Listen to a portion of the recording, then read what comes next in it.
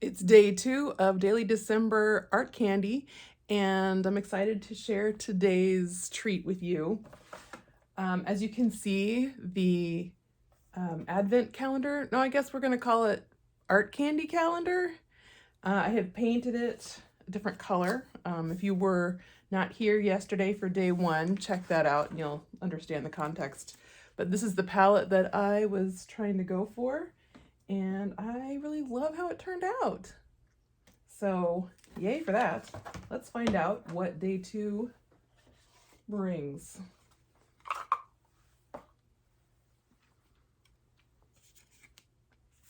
Reflect on transformation with paint gradients. Oh yes, I love a gradient. There's so many ways that gradients can serve you in a painting. It can be just a visual transition from one thing to another where you don't want it to have any kind of resistance. It can provide an interesting backdrop for something that has more hard edges in the front. It can act like you can do a sky with really nice, smooth, unending edges. It could make a nice background for something where you don't want a transition from one thing to another, but you don't want to draw a whole lot of attention to it. Like if this is the subject, yada yada, you get it. Anyway, but all that aside, it's just gradients are such a vibe, and they could be gradients like stair step one color to another. You know, this I guess would be considered a gradient as well. But what I'm thinking about right now is the kind where it's just no edge whatsoever. And I did a few in studio color notebook pages, and just as a kind of meditation. They're not, they're not the best gradients I ever did, but it's also on, printer paper. But the thing that I would like to encourage you to do today is either on a canvas or on a piece of paper, whether it's using up old paint like yesterday or just any paint, whatever, like if you're preparing for a painting even, do some gradient painting and reflect on transformation or transitions, because December really is this incredible time where, we're approaching the winter solstice, where we're going from the darkest time of the year and then we're turning the corner to the brightest, time of the year eventually. It's kind of this place to plant seeds or reflect on the year, thinking about what's coming next. And it's a time for quietness. And to me, gradients are kind of visually very quiet. They don't have to be, but that's what I like about them. It's kind of like a misty morning, or when you're watching the sunset and everything is happening very gradually and you almost don't see the changing, or like when you're falling asleep. So that's what I would like to focus on today. I will do a really quick gradient on canvas.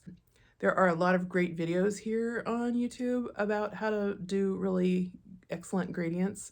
But there are a couple of very common tips that come up, and so those are the ones that I'm going to mention right now. So let's do it.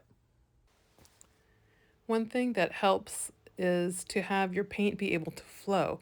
So you can either add matte medium or a little bit of water to your paint in order to make it more easily blendable. And then you can also apply the paint with a wet brush.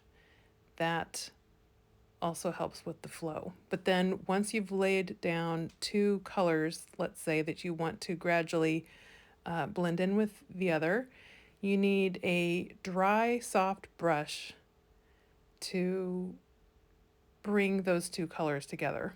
And so in this example, when I was just messing around, what I realized was that even though I've done this a whole bunch of times in my life. I'm not gonna shoot it again because this is supposed to be a quick video, but this is a little bit too much paint. And so I have to keep coming in with new dry brushes to sort of soak up the paint. But another tip I want to give you is that if you're trying to blend one color into another, it helps if one of them is opaque and one of them is transparent, or if they're both opaque is good too. The one on the bottom is ultramarine blue light, which means it has titanium white in there, which is opaque. Yes. And then I'm like, I'm just going to mess around. I don't care anymore. So look at how fun that is, though. Oh my goodness. That's a good time right there. And then I thought, okay, there's still too much paint. And what I'm going to do is I'm going to get the biggest brush that I have. And now we're just having a good time with a giant brush. So here you go. Giant brush. Very satisfying to watch, though. And then I thought, okay, cool. So we've got blending happening. That's good. But it's actually not the best gradient that I've ever done. So I decided after doing this for a little bit that I would do something else. I'll show you. So yeah, it's like, it's fine. It's not very good. Thank goodness this is not an instruction video. So I decided, okay, I'm just gonna totally turn this into a big subtle gradient. And it winds up being actually quite beautiful, I think. So check out what I do. Get the giant brush and just obliterate the edge.